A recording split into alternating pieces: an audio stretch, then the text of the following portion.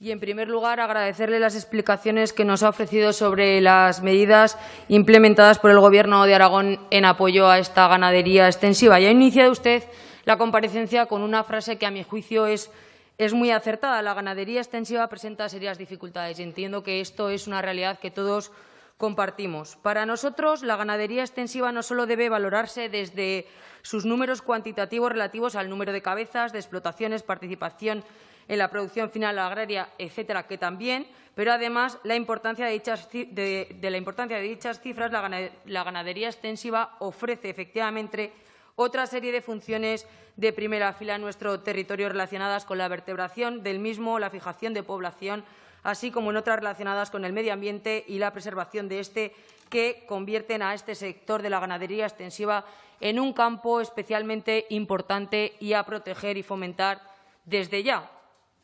Este tipo de ganadería supone en Aragón una actividad ligada a nuestro territorio, con un aprovechamiento eficiente de sus recursos y generando sinergias muy importantes tanto en el ámbito medioambiental como en el ámbito social. Genera, a su vez, creo que lo decía algún portavoz, productos de muy alta calidad, además de contribuir a salvaguardar el paisaje, controlar incendios forestales, entre otras cuestiones.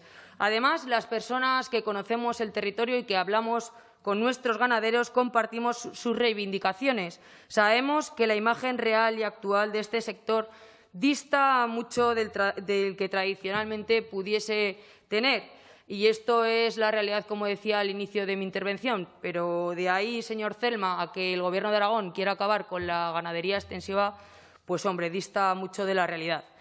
Y nos encontramos ante un sector en el que la innovación, la transferencia del conocimiento, los programas de la mejora genética están a la orden del día. Es decir, se trata de una actividad que sí podríamos denominar tradicional, pero que asume una fuerte carga de modernidad e innovación.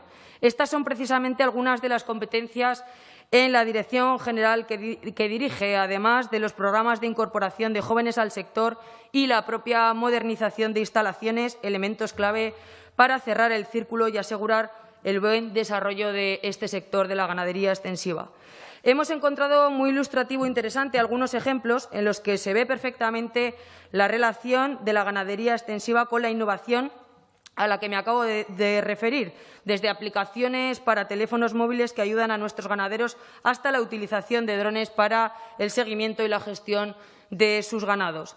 En el mismo sentido, el esfuerzo realizado por el Gobierno de Aragón para apoyar la formación en el sector, así como el novedoso programa de asesoramiento agrario, son temas muy importantes que debemos de resaltar. Y todo ello, como debe de ser, siempre de la mano y en colaboración de nuestras asociaciones de ganaderos. Por otro lado, para nosotros resulta especialmente importante que se garantice la incorporación de los jóvenes al sector, garantizando el relevo generacional, ese relevo generacional del que hablamos, así como el apoyo a la modernización de todas sus explotaciones.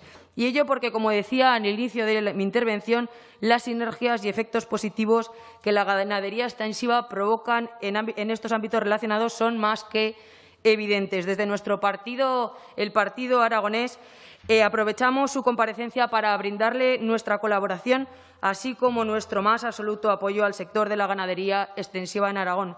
Y para finalizar, quiero aprovechar para recomendarles a todas sus señorías que, si tienen la oportunidad, vean el documental de la senda de los pastores, la senda del pastor, documental que nos acerca a este sector y que, como bien se dice en el mismo, de no cuidarlo corre serio peligro de extinción. Muchas gracias, presidente. Muchas gracias, diputada.